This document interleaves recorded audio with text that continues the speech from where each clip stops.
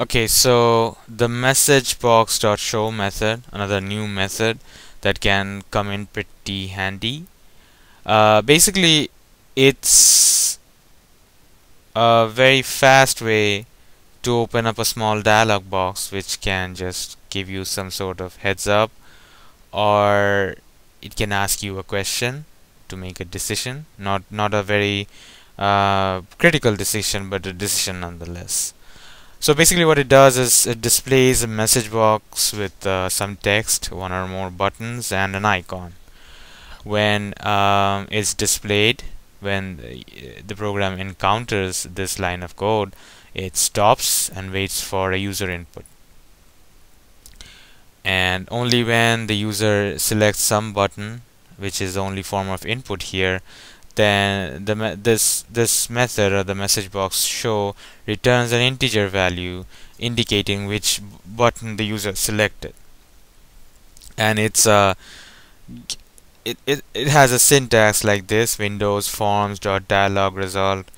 Based on what buttons you have, you can have yes or no, okay or cancel. So after the last period, it will be name of some button, such as yes or no or okay or cancel, stuff like that. So let's look at some examples of how this can be used. So before looking at example, you need to know the syntax for this code. So it starts with messagebox.show, and then within parentheses we have a lot of arguments.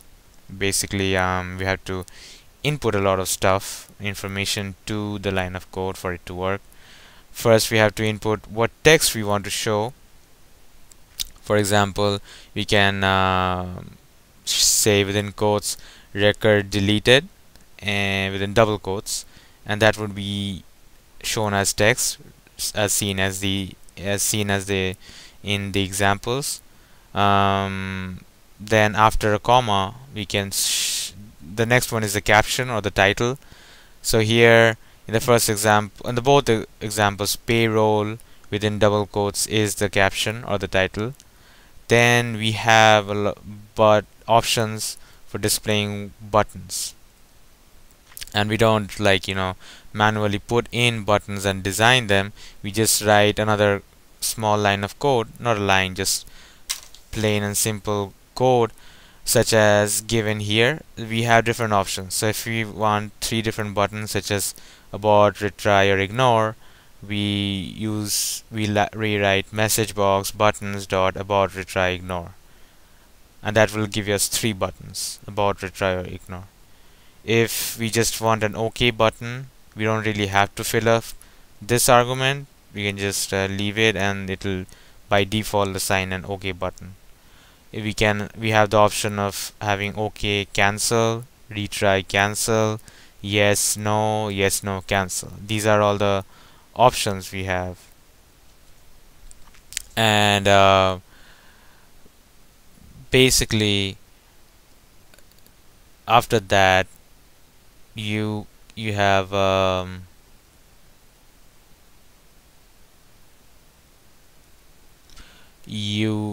then go into the icon. So you have to select some sort of icon to be displayed, and the options are message box icon, that's the syntax, dot exclamation, dot information, dot question, or dot stop, based on what kind of icon you want it to be selected.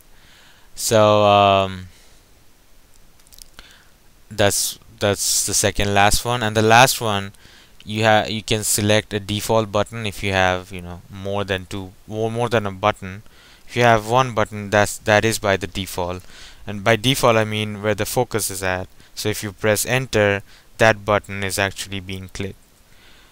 So suppose you have 2 buttons, and that would be either 2 or more than 2. So abort, retry, ignore, OK, cancel, retry, cancel, yes, no, cancel. So if you in the last per argument you say message box default button dot button 2, then what it does is it selects either retry for abort, retry, ignore, or cancel for OK cancel, or retry cancel, or no for yes no, or yes no cancel.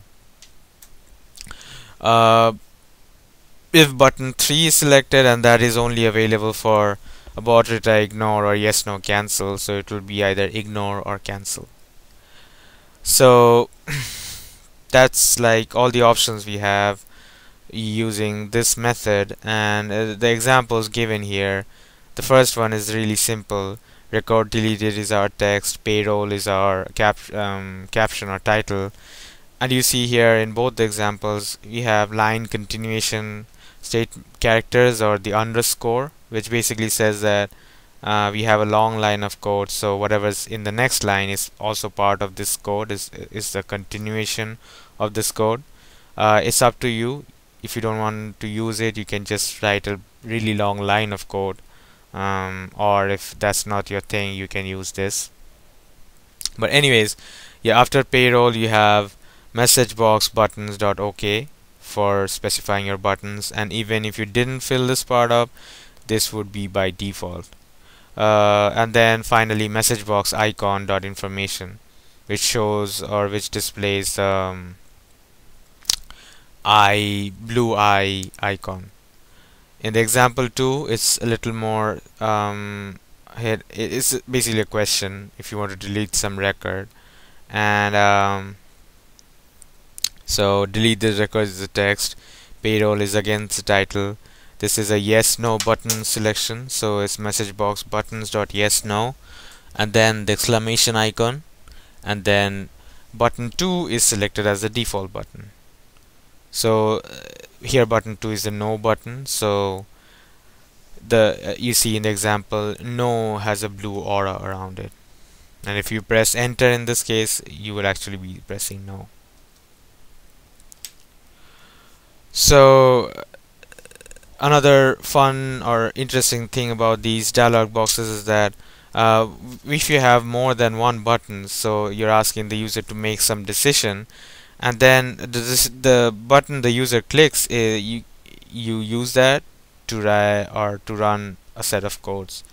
So if for the delete this record example, so you define a button, or you define a variable called button as a dialog result, and then you assign that variable button to the message box.show a method containing all the different arguments. And what that does is once it hits that lines of code, it pops up the message box, and then when you click something, it saves that click to button. So if you clicked the yes button, button would contain windows.forms.dialogresult.yes. And so and you can then use that to write an if statement which basically deletes that record. That's what's happening here.